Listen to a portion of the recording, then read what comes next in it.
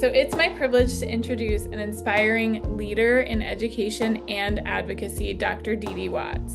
With a career spanning nearly 3 decades, Dr. Watts has dedicated her life to reshaping the educational landscape for historically underserved students. Her journey into education was shaped by a deep commitment to ensure that every child, especially Black students and those in foster care, receives the care, support, and high quality education they deserve. As the co-founder of the Watts of Power Foundation, Dr. Watts and her husband are transforming the future of education through the Teacher Village initiative, which recruits, trains, and houses Black men pursuing careers in teaching within the LA Unified School District. Her groundbreaking Components of Care framework is why I asked her here today. It's redefining what it means to be truly caring and effective educators, equipping teachers with the tools to build relationships, set high expectations, and sustain themselves in the profession. Dr. Watts has served as a teacher, a school psychologist, a principal, and an assistant director of special education, and now as chief of staff for a LAUSD school board member. She continues to be a powerful advocate for students and equitable education policies. Her work is not just about improving education, it's about transforming lives. Please join me in welcoming Dr. Didi Watts. Good morning, everyone, and thank you for having me today. I'm working on two screens, so trying to navigate both of those. But I am really excited to be here with you all today. We're going to talk a little bit about the purpose for us being together. I'll tell you a little bit more about my background because I think the positionality is important. Give you an overview of our foundation, the Watts of Power, talk about our residency program, mentor teacher selection, and then finish up with how we increase that impact. Throughout that time, we'll be talking about the components of care and how care is embedded throughout our residency program. Really, in looking at what we're going to be spending our time doing today, it's really thinking about building the capacity of teacher educators to support the development of mentor teachers. And I had never really thought about how important the mentor teacher was until later on, because when I started my career, I had a mentor teacher, and it was a very different and interesting experience for me. And so being on this side of it now, thinking about the importance of a mentor teacher and making sure that mentor teachers have a grounding is extremely important. So we'll talk a little bit about that.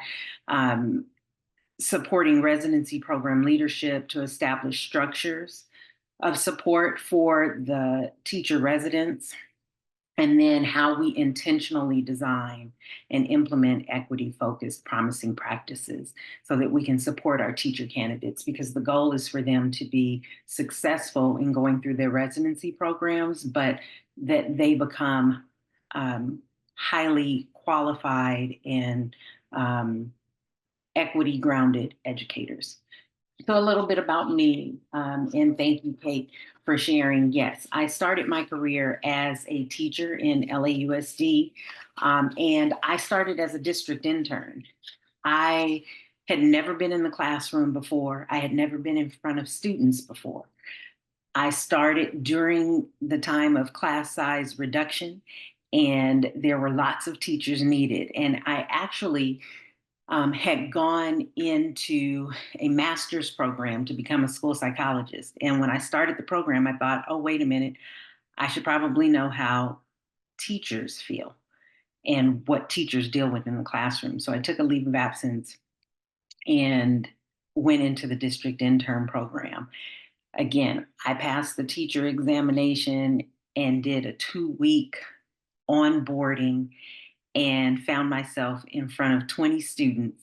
They were all looking at me and I was looking at them like, oh, wait a minute. Wait, you're here for me. I'm the teacher. Okay, we can do this. And so to this day, I would apologize to my first year students because I had no idea what I was doing. I didn't have the benefit of a residency program. I was a young married uh, teacher with two children at home and did not have the ability to be a student teacher because I needed to get paid. And so started as a district intern, moved into school psychology, and then moved into special education administration. And one of the things that I found really powerful in Kirsten's presentation was talking about the idea of the co teaching model for mentors and candidates or residents, because that's what I spent a lot of my special education administration time building the capacity of both gen ed and special education teachers to work together in a seamless manner so that no one knew who the special educator was versus the general educator. And then I went back to the school site as a principal. And so all of the things that I had been studying and employing, I took back to the school site as a principal and had the opportunity to implement those things in the classroom.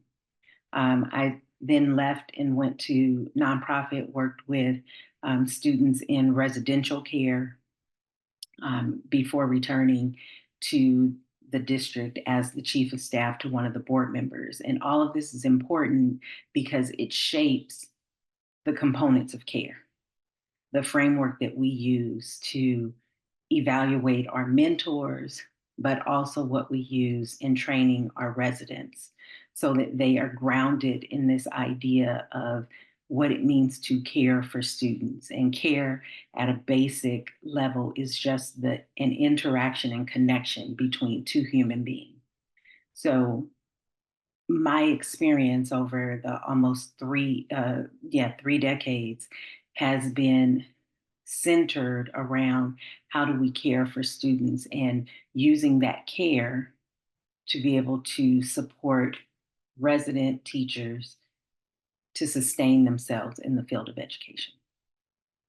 So I am the co-founder of the Watts of Power Foundation. My husband and I founded the Watts of Power back in 2017. And our initial intent was to change the narrative of youth in foster care through education. And over time, that morphed into really thinking about meeting the dire need of increasing our teacher pipeline, specifically increasing the number of Black males who are in the pipeline. We know that foster youth are a large population of students, and they happen to be Black students, many of them. And so, really wanting to make sure that they see teachers who look like them. And so, thinking about the fact that there are only 2% of Black men across the nation who are educators, we saw the need to increase that, not only for Black students, but for all students, because they all benefit from having a Black male teacher. So, our vision is to create a caring educational system for Black educators to flourish in career pathways while building wealth and legacy for generations to come. So, one of the unique pieces of our residency program is that as the Black male educators are becoming teachers, they are also receiving a holistic environment, and they're receiving the opportunity to have financial literacy training, home buying seminars, trauma informed care. So there's this holistic approach to supporting them, because ultimately we want to put them on the path to home ownership. And this is important because if they can live in the city in which they are serving, then the likelihood of them staying in the profession increases. And that helps them to move into the middle class and help them build wealth and legacy, not just for themselves, but for generations to come. So, what is the Village Initiative? Our mission, again, is to create a pipeline of Black male teachers by addressing the gaps in the recruitment and retention to help them successfully navigate and complete the pre service pathway to become fully credentialed teachers. Black men are not tapped on the shoulder to ask whether or not they're interested in becoming teachers. We don't find a lot of Black men in teacher education programs. And so part of our residency program is the recruitment of Black males. And we look in unlikely places. Right now, there is a Black church tour that is occurring where our staff and CEO are going around to Black churches in the community to share the need for Black male teachers. And it is important because the Black church has played a substantial role in education and civil rights and activism. And so to really think about how do we tap into that as a resource to help in terms of recruitment of Black men is important. But we don't only go to the churches, we're looking at our paraprofessionals, we're looking at those who have been coaches, we're looking at custodial staff, because as you know, Black men are all across our school system, but they're not necessarily in the classroom. And many of them, again, would consider it if they had been tapped on the shoulder. My husband always says that Black men don't necessarily want to return to the scene of the crime, meaning they don't want to go back to a place where they've been mistreated, where they have received harsh punishment, where they have received suspensions, expulsions, and referrals for special education just because they are Black men or were Black boys. And so we seek to recruit from the same places, going to our coaches and our paraprofessionals to enroll them in this vision of supporting students. And so when we select candidates, we select them based on their passion for educational equity, their commitment to serving Black and other marginalized student populations. We are looking for fellows in their diverse experiences. Many of them have not had traditional pathways from high school to college. Many of them have taken alternate routes and may have gone into the military. They may have gone right into the work world, and we are catching them at a place where they are now thinking about how they want to live their lives. So we have the opportunity to take their lived experiences and help them to see how that might support Black students in particular, but all students in the classroom. Again, I told you there are only 2% of Black men who are in the field of education. And I alluded to it earlier.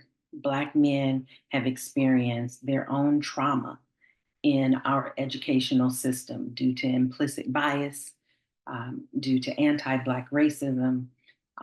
They've experienced high suspension rates, high expulsion rates, and we know that over time that leads to over incarceration and underemployment of Black men. And so when we look at our teacher education programs, we find that we don't have many Black men who are going into those programs.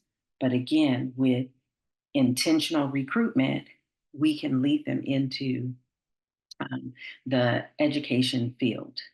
We need Black male teachers because student engagement and achievement increases significantly by having a Black male teacher. If a Black male student has one Black teacher between third and fifth grade, their high school dropout rates decrease and their interest in college increases.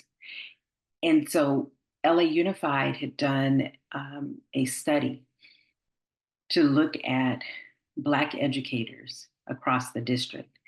And they found that there were about 100 Black teachers leaving on an annual basis from 2016 to present. And there's not been an opportunity to recruit 100 Black educators to replace those teachers.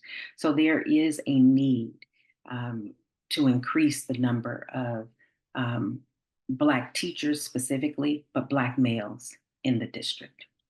So for our residency, we call our secret sauce our training. We recruit, train, sustain, and the goal is to retain the Black men.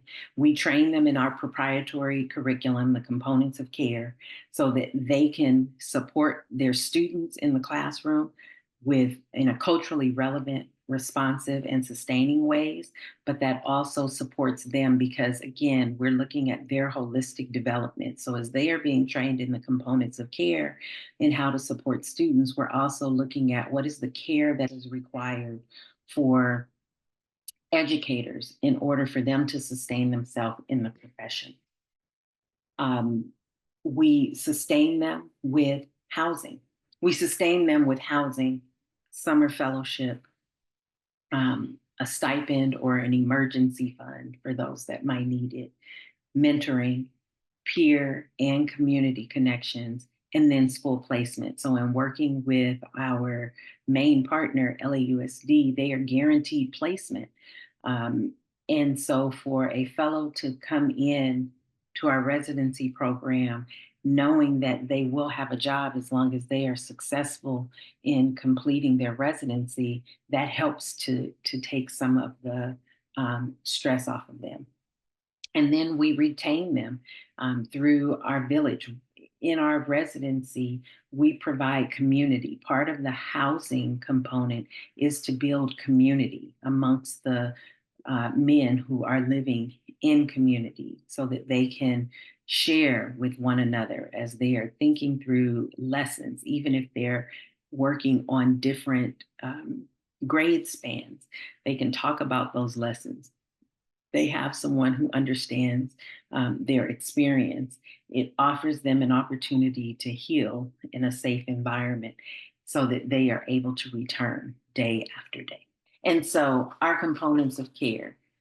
The components of care curriculum has been a 30-year journey, essentially, from my starting my um, career in the field of education. When I began my role, I was a second grade teacher, and my principal would stand on the yard and she'd point out little Black boys on the campus. And she'd say, and he's going to be in your class, and he's going to be in your class, and he's going to be in your class. And when I asked why, she said, because I know that you're going to care for them. You're going to nurture them. And she knew exactly what they needed. And that began the components of care. Really thinking about what was the care that students required in the classroom so that they would be able to thrive. There are, and as I share, the definition of care that we're talking about is basic, just a connection between two human beings. And I say it's basic because we think about that as, yes, it's a connection, but when we think about the systemic injustices that have occurred and been perpetuated in our school systems, we know that it is not as simple as that. Our students are sometimes in classrooms where there is anti-bias, where there is anti-Black racism. And so teachers don't necessarily see them as the brilliant students that they are, but they see them from a deficit lens. And so when we talk about the components of care, we think about what are the ways that teachers are showing care to their students. There are 4 components: modeling, practice, dialogue, and confirmation. And when we talk about mentor teachers, we expect that our mentor teachers are exhibiting these 4 components through their work. And so I'll talk a little bit more about that when we go into the mentor teacher selection process. But modeling is just that. How are we showing care for our students? How do we model that care? And I will submit to you that the care comes from the top, right? So an administrator has to show care to the teacher. The teacher has then to be able to show care to the student. But when we add in a resident um, and mentor teacher, it is a very similar dynamic. We're still looking at the administrator showing care to the mentor teacher showing care to the resident or candidate, and the candidate showing care towards the mentor teacher. So it goes both ways, but both are then sharing and modeling care for their students. Practice is the opportunity for um, our teachers, our residents, to be able to provide opportunities for students to care for one another. Dialogue is entering into, and Kirsten mentioned it when she talked about the gradual release of responsibility, but shifting that to one that becomes more messy and authentic. And it is really dialogue looking at not having an already defined answer, but allowing your authentic conversations to drive you to a place. That is the idea of dialogue, that I don't already have it figured out, but we're going to figure it out together. And then confirmation, showing students a different version of themselves. And so when we think about these four components at this basic level, of course, there are themes that go along with this that helped us to build the framework. But when we think about these four components um, of care, we think about how they are employed in the classroom by the teacher, how the students then have an opportunity to show that care, so that we are creating these caring institutions, caring classrooms that shift into caring schoolhouses that then hopefully will impact our school districts on a whole. And I've been talking for a little while, so I'm going to stop to see if anyone has any reactions before I move on. So feel free to come off mute or to share in the chat. Or if you have questions as I go along, please feel free to also ask. I talked about the holistic development of our residents. We've looked at our the value of our program and thought about all of the supports that are provided to our residents to support them in a holistic manner. And you can see the program value there, but we provide a living stipend for our residents. They're given a total of $45,000 to cover their living experiences during that year of student teaching.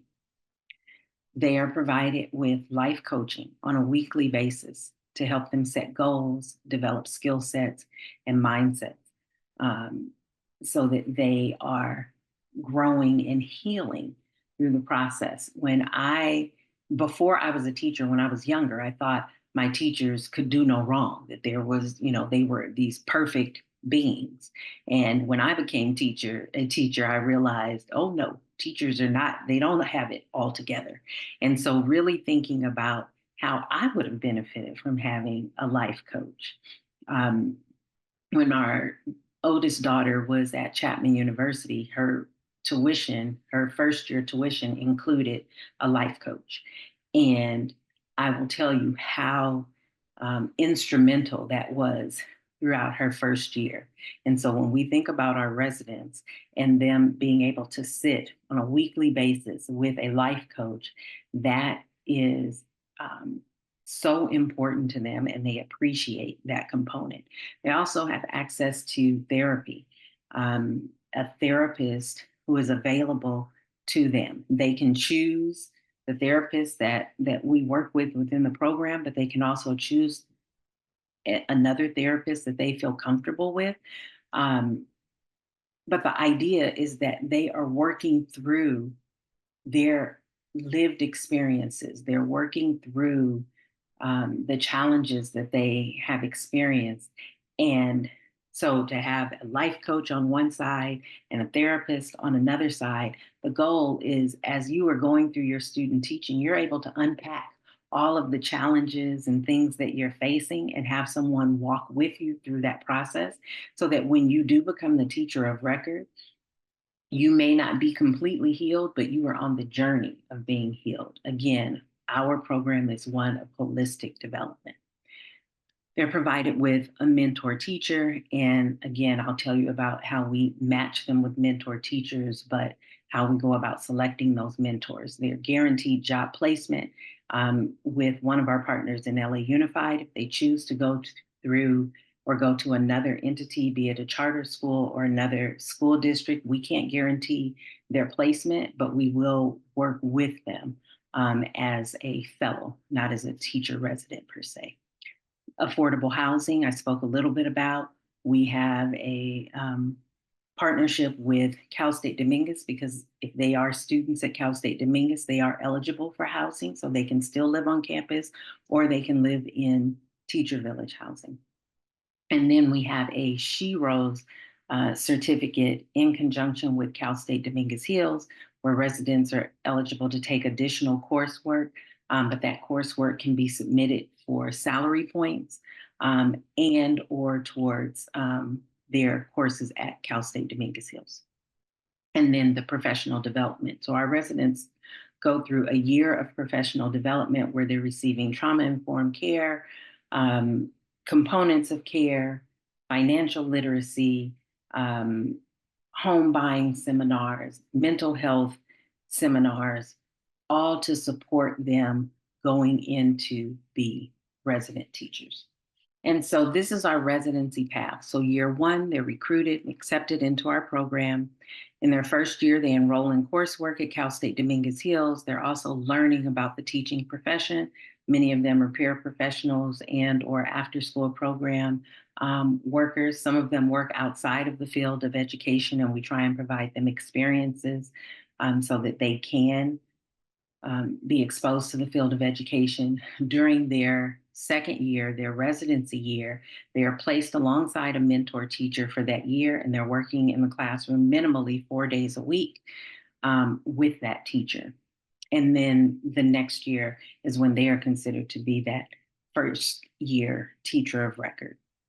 But that is an experience. Now, we know that many of our residents, not many, some of the residents find themselves on a much windier road, and it may take them a little bit longer to complete some of the coursework at Cal State Dominguez Hills, or there may be a cog in the wheel that causes them to have other challenges, but they're working with the life coach, the therapist to help them get through those challenges. So mentor teachers and mentor teacher selection.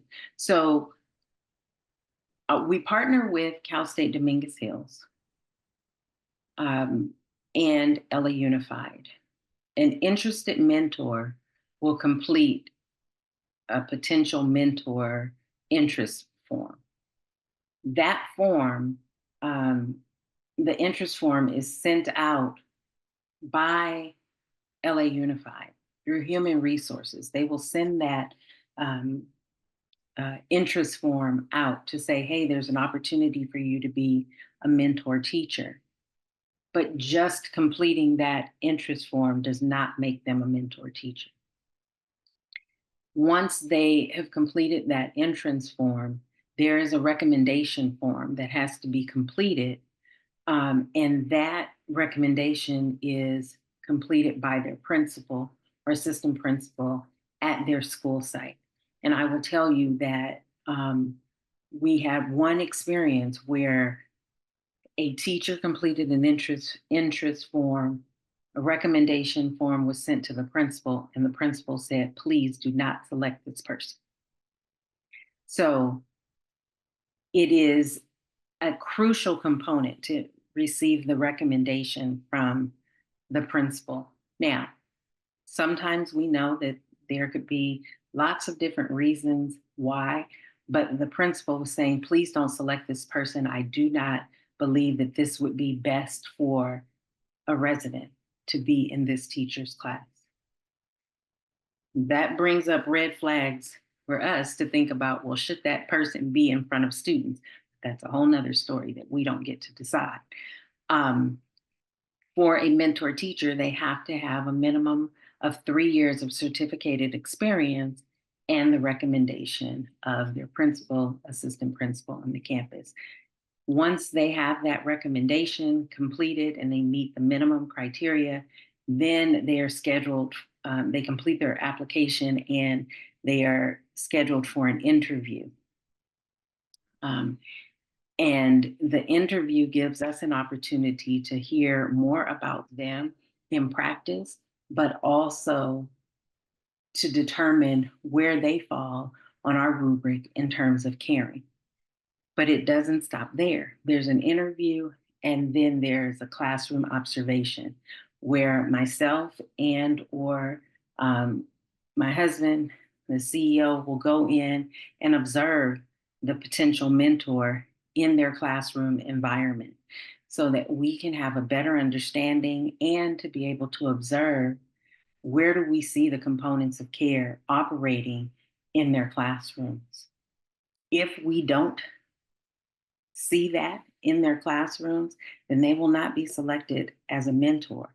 And I know that many of you may be thinking, it's hard to find mentor teachers.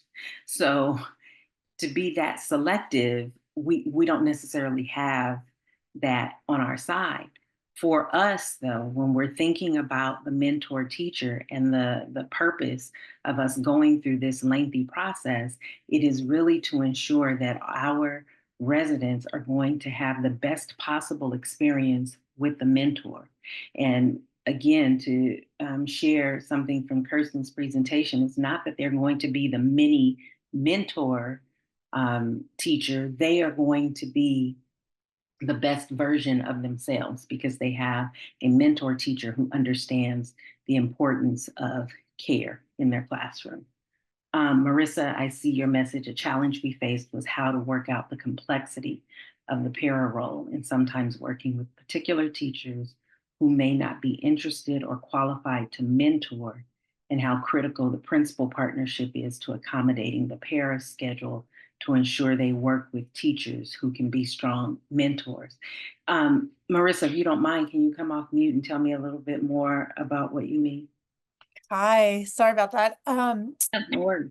So when our residents were already in para roles and they potentially could have a schedule that either took them to different classrooms or had them working in a classroom with maybe a brand new teacher that just got hired, or a teacher that maybe wasn't what the principal would recommend as a strong teacher to be a mentor.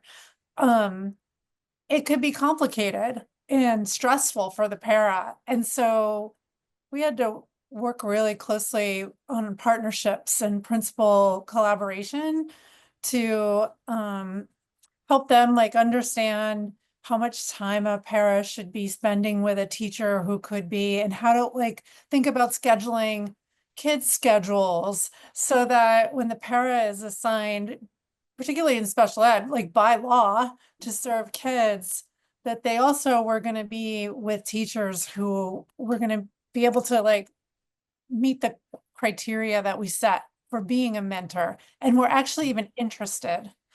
And sometimes that didn't happen until the summer too. And so it can be really stressful for everyone, including the resident who doesn't need that kind of stress. So like trying to just get all those things in place proactively rather than reactively could sometimes be challenging. Yeah, and I think you bring up a really good point. Part of it is the understanding of the principal, and again, having been a principal, I understand the challenge of scheduling. But also, if we're going to say that we recommend this person to be a mentor, then we have to think about how can we be accommodating to make sure that the mentee is getting the best experience possible. And I know it's particularly hard with special education paras because of the law. Not that it's not hard with traditional paras, but the principal has to think ahead of time who is going to swap out with this person to make sure that they have um, the proper time that they need in that environment. We have had um, we have someone who's working as an instructional aide right now, and so it becomes a little bit challenging, but the principal understands. And then we also have some who are working as um, prior to going into their residency, they're working as substitute teachers. And so that can also be a challenge because you're trying to make money as a teacher, right? And so really sitting down to think about what does this person's schedule look like. If you saw on a previous slide, we said that the resident teacher is in the classroom minimally 4 days out of the 5 day week, but 4 days with that mentor teacher. And so there's a little bit of flexibility there. Also depends on your school district or LEA that you're working with, because schedules are a little bit easier in maybe independent and charter schools versus in traditional districts. For us, in working with LA Unified, we already have a shortage of special education paras in the district. And so that can be a little bit more challenging. But I wholly understand that it has to be a proactive approach. You have to be able to sit down with the principal and think about how are we going to be able to overlap positions so that we are able to provide this experience for the parent. And so once the mentor teachers are selected, the residents are going to then co-teach alongside that mentor teacher for no less than that full school year, which would have been amazing for me, but I didn't have that. And when we talk about the gradually taking on teaching responsibilities throughout the year, it may look different because within that classroom, the mentor teacher and the resident may decide, okay, this week you're going to teach these lessons or lessons in ELA. We're going to focus on ELA, or we're going to focus on math, depending on, of course, one, what the observation schedule is, but two, what makes the most sense in that person's training. It may be that we didn't see some of the TPEs that we expected to see. And so we want you to have another opportunity in this particular area. So it may look very different, but the intent is that as the year goes on, that person is taking on more responsibility. The goal during their first year is when they're taking their courses at Cal State Dominguez, that's when they're doing their observations and they are sitting in classrooms, gaining observation hours. But that next year is really about them fully engaging in the classroom and enrolling in, teaching those lessons with the teacher. They have consistent opportunities to observe the mentors, but one thing that is really important is the observation debrief at the school site. One of the residents that Pete is supervising this year, and I'll tell you more about that, after his lesson, what they built into the schedule was that they debrief with the students. The students are able to share with the resident what they appreciated about the lesson and what they would have found most helpful if the resident had engaged in whatever this behavior was. But you can see the students engaging with the resident as well as the mentor throughout the year following each observation, each defined observation of the lesson. Residents are coached, given regular feedback by their mentors, their teacher educators, their program staff, and their coursework and their learning opportunities are adjusted to provide the support and to align to the clinical practice. One of the things that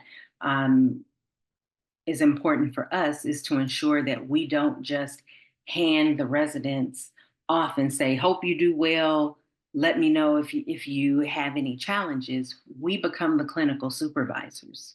So because we both hold credentials, we're able to provide the clinical supervision for the residents once they are in the student teaching phase. So we select the mentor teachers based on our care rubric, and we become the clinical supervisors. So we're working alongside the mentor as the clinical supervisor, and then they have the coordinators at the Institute of Higher Learning, in this case at Cal State Dominguez Hills. But this allows us to see the caring throughout that school year of supporting the resident as they are going through their program. Didi, it looks like there's a question in the chat. I don't know if you want to pause and answer that now. Do your residents remain employed with the district while completing their residency year? Yes and no. So when they sign their residency agreement with the district, they're not necessarily employed. Well, actually, no, they are becoming employees of the district because the district is paying them the residency funding. And so they are like contract employees. And so, yes, they're there with them throughout that year. I hope that helps to answer. They're not simultaneously holding like a parent position though. Correct? No, but we have had one. Okay. That's a little bit more of a challenge though. They can remain as an employee of the district and complete their residency. That's a little bit more tricky, but that's where the principal pre-planning comes into play. Okay, so as I said, we partner with Cal State Dominguez, with LA Unified, and the Village Initiative, providing the support for the teachers. As I said, we become the university supervisors so that we're adding an additional layer of support. We're creating the observation schedules alongside the mentor teacher and the resident teacher. And for us, it is the continuity because they started with us. We're training them on the components of care framework, and we are able to see that framework through in their residency. And then on the other side, so being able to take them through the entire process and see them grow in the framework of components of care is really special to us. So we have residents who will complete their student teaching in May, and they will become the teachers of record in August in LA Unified Schools. But as we think about continuing the impact and support for them, one of the partnerships that we've created is with the National Board Certification and the California Black Educator Initiative. So one of the things that we've done is connected with the National Board Certification program to make sure that our mentors are becoming nationally board certified, but also that our resident teachers, our residents, once they complete, they are also looking towards national board certification. In LA Unified, if a teacher becomes nationally board certified, they receive, in their teaching in that certified area, they receive 7% of their salary annually. And if they complete professional development at their school site, they receive an additional 7%. So they have the opportunity to receive an additional 14% on top of their salary. So as we are talking about wanting teachers to be able to remain in the field and remain in the classroom, this is one of the ways that it can be done because they are going from the natural progression of becoming a teacher, learning in their practice, and then moving into national board certification. when they are becoming nationally board certified teachers, then the goal is for them to then become the mentor teachers of residents down the line. So we're creating not only a pathway for educators, but also a pipeline for mentor teachers. And so that's in order to sustain their longevity in the classroom, but also for them to be able to increase their income. So the Watts of Power, we host a pod for teachers who are becoming nationally board certified, and our role is to provide space for them as they are working through the components of national board certification. They have a separate support provider that helps them with the technical piece of national board certification, but we are there to provide them mental health support, provide them with wellness workshops and things as they go. Again, that's an extension of how do we show care to educators throughout the process.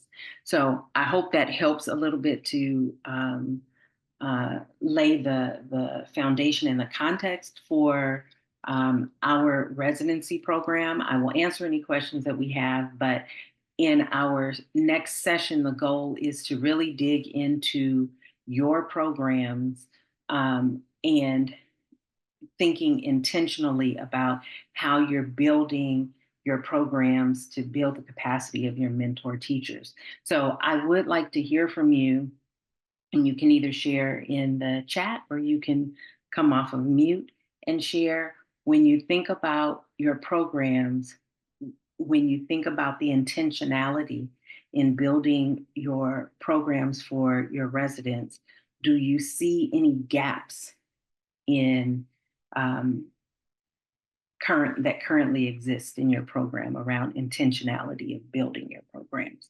You can put it in the chat or you can come off mute, but that's what we're going to be exploring. I can also respond to any thoughts you may have on what I've shared, because I know it was a lot. Marissa says, a gap we face with recruiting mentors who are teachers of color. I was gonna ask that. I was wondering about that too.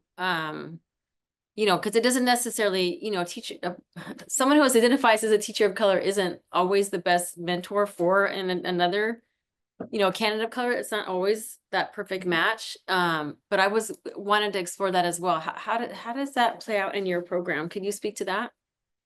So again, when LAUSD sends out the now, mind you, we have about 38,000 teachers in the district, and about 7% of those teachers are Black. We don't limit our mentor teachers to a specific ethnicity. We're looking for teachers of color. What we have found is that those who have applied, I think because they look at the residency and it says Black males, then we end up having Black teachers who apply. But when we are matching teachers with mentors, it is somewhat limited when you think about the mentor having to be in that same credential area, right? So what we try to do is build a bench of mentors in various credential areas so that we're able to have more of an opportunity to say, this isn't a good fit, this isn't a good fit. But one of the things that I neglected to say is once we select our mentor teachers, that happens in around May for the upcoming year. In June, we have a kickoff for our mentor teachers and our residents. And it happens at Cal State Dominguez Hills. They enroll in a 1-unit course on components of care, residents, and mentors together. And so they get a chance to go and do some community work. They go have meals together. They visit different locations around the community, and we can see the interaction of the mentors with the mentees. Again, it's not perfect because we don't have a fully built out bench so that we can pick and choose, but that is our intent, to ensure that as we're building our bench of mentors, we are able to have the opportunity to match, kind of do like speed dating, matching, to then say, okay, that's not the best fit, this is a better fit. So you have that pool of applicant, it's like a pool of mentors. It's kind of what you're, Right.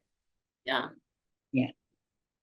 And they were told when they were selected as mentors, you may not have a resident teacher this upcoming semester, but we're going to keep you so that as we have a teacher resident who needs your credential, we'll be able to pull you. But we're building that bench. So they already know that they may not be selected to be a mentor for that upcoming year. And then one of the other pieces that just came to mind when I was talking about the components of care. So our mentor teachers are required to enroll in the course, the components of care. It's free to them because we have a grant, but they enroll in the course with the mentees, with the resident teachers, because they're learning the components of care together. And they engage in a project called a toolkit for the components of care, where together they're building a toolkit that will be used so that the mentor teacher has it and they can share it with future mentees, or the mentee is building their toolkit and adding to it as they are increasing in their practice of becoming a teacher. So that is a requirement for all of our mentors, so that they are on the same page when they are in the residency. Okay, there was a question. Okay. What you shared about coaching and therapy is revolutionary. Would love to add that, but don't think we have the resources. Lavise, tell me a little bit about that. Oh, I see that you stepped away, maybe. So we can come back to that. Oh, there you are. Thank you.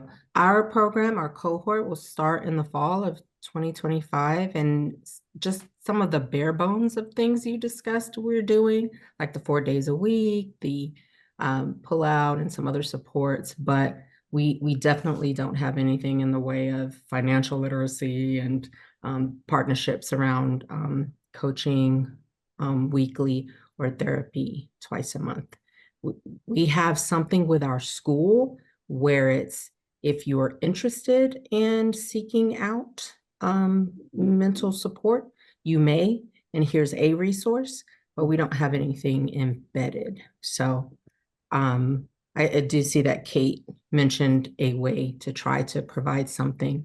But yeah, if you have any other thoughts on how we might be able to integrate something like that in a regular way that's not cost prohibitive, I'd appreciate your thoughts on it.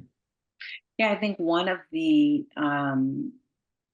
ways, and we were exploring this initially, was to apply for grant funding with a nonprofit organization. So we partnered with a nonprofit and applied for a grant, specifically saying what we wanted to be able to do, to be able to provide that therapy and mental health workshops, because we're able to do it because we received grant funding.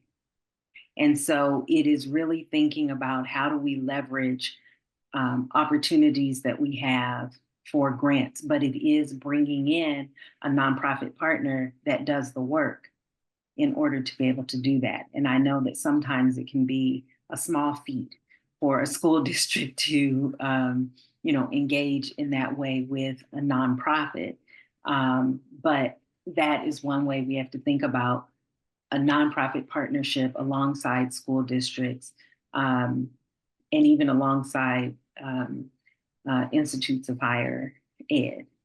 And I think that is that's what makes it work. That's what makes it magical, because it doesn't live with the school district.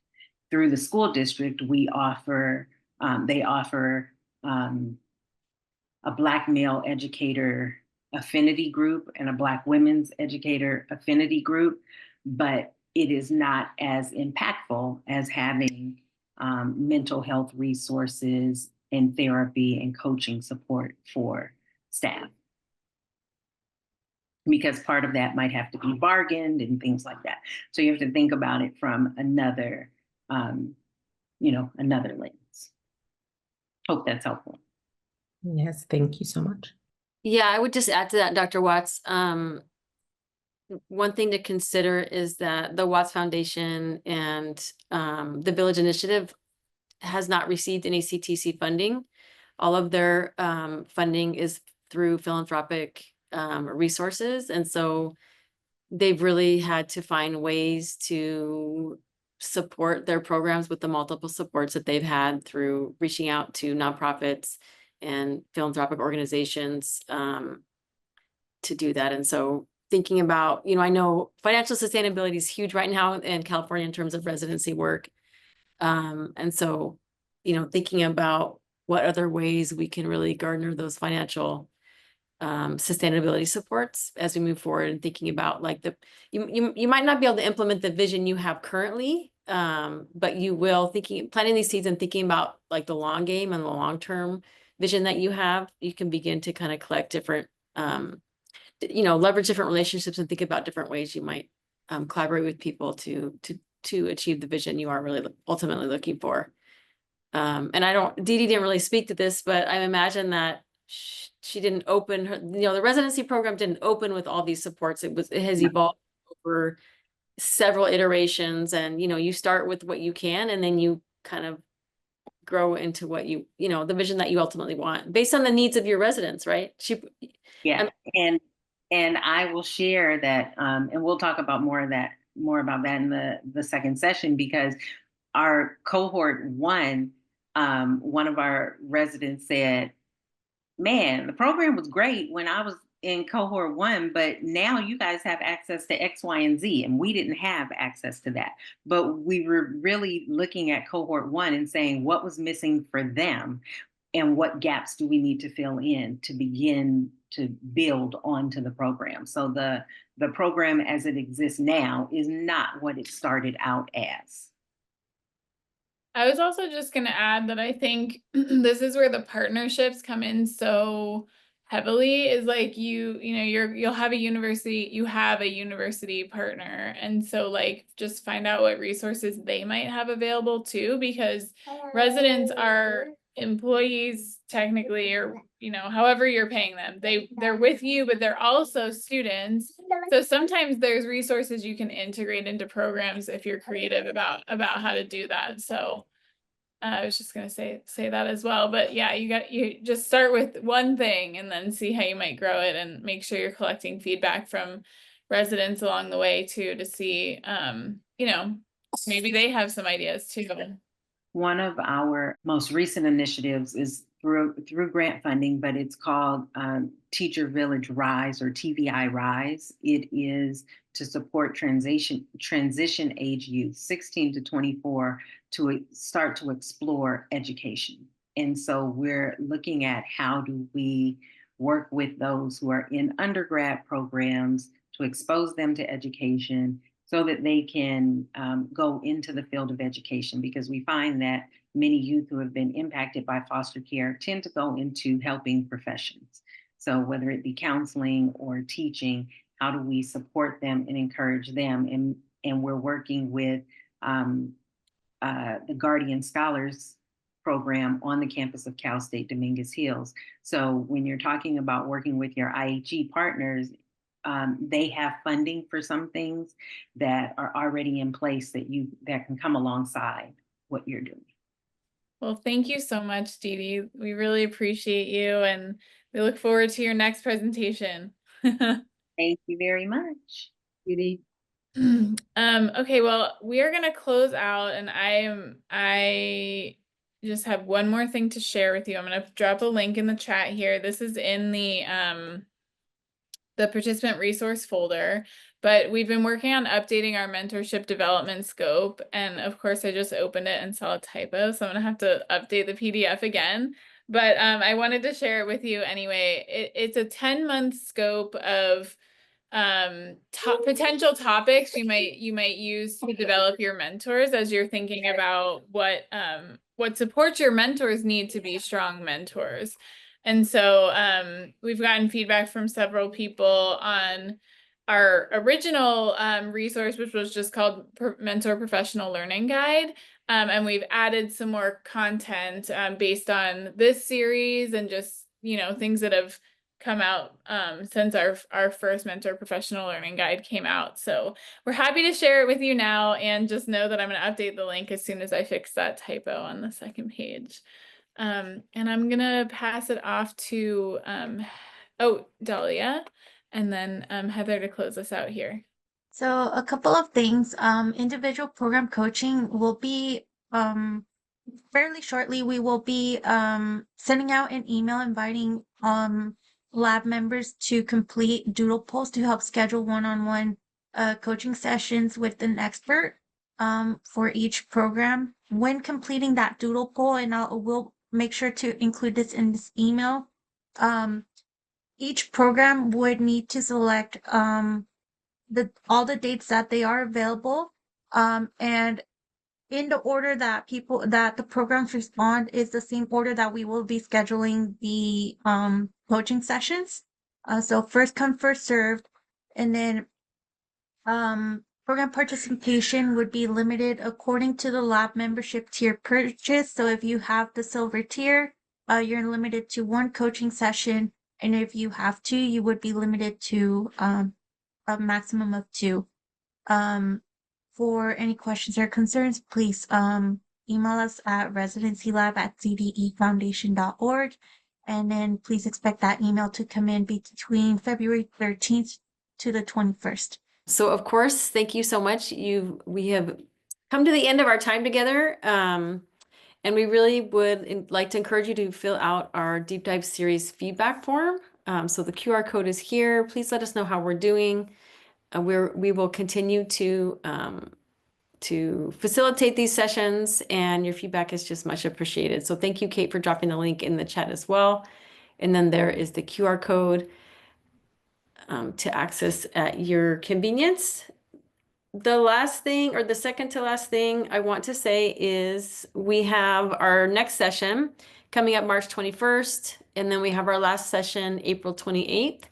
We will continue these conversations. We're inviting Dr. Watts, and we will also see Dr. Nadia Bennett at our next session, and just to layer on additional information on what we've already discussed. So super excited for those sessions.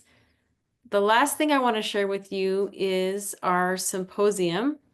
So our annual statewide residency symposium is happening May 1st and 2nd. Registration is live, and I will put that in the chat as well. So this is our annual statewide residency symposium. If you're new to the residency space, it's a great place to kind of develop your understanding of how residency work is happening in California and be in space with other practitioners. It's one thing to come online and attend these virtual events, but really being in person with other practitioners is inspiring and kind of helps you understand and orient yourself to the residency community and what's really available out there to support you. So we really encourage you to come. It's here in San Diego, and the venue and space will be just wonderful. So I'm really excited about that. Please take advantage of that opportunity. And with that, we're going to finish a few minutes early today. Really appreciate all your time and attention to these important topics. And thank you so much to our presenters for coming and being present today. And we'll see you next time. Thank you, everyone. Thank you.